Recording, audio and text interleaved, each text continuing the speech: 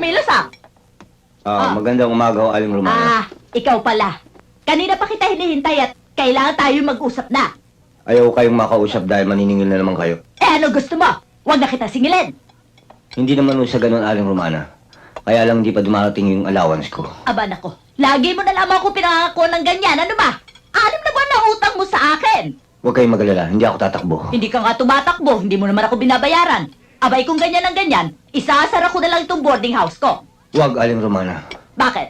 Dahil pag isinara ninyo, hindi kayo makakalabas. Oo nga ano. Oy Leon, kung lahat ng boarders ko ay katulad mo, wala akong kikitain. Ibahin ninyo ako, Aling Romana. Isa akong taong maprinsipyo. Ang utang ay utang at dapat bayaran. Hayaan ninyo, pag dumating ang allowance ko, kayong una kong babayaran. Hindi ko kailangan ng prinsipyo mo eh. Ang kailangan ko kwarta. Ngayon, kung hindi ka makakabayad, ang mabuti pa, humanap ka na lang na ibang boarding house.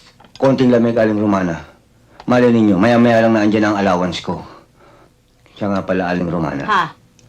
Mayroon akong isang mahalagang bagay na sasabihin sa inyo. Ano yun? Baka mahuli ako sa eskwela. Sige na nga, sige na, pumasok ka na. Salamat ho. Oy, Leon, tandaan mo, pagdating ng allowance mo, magbayad ka agad sa akin, ha?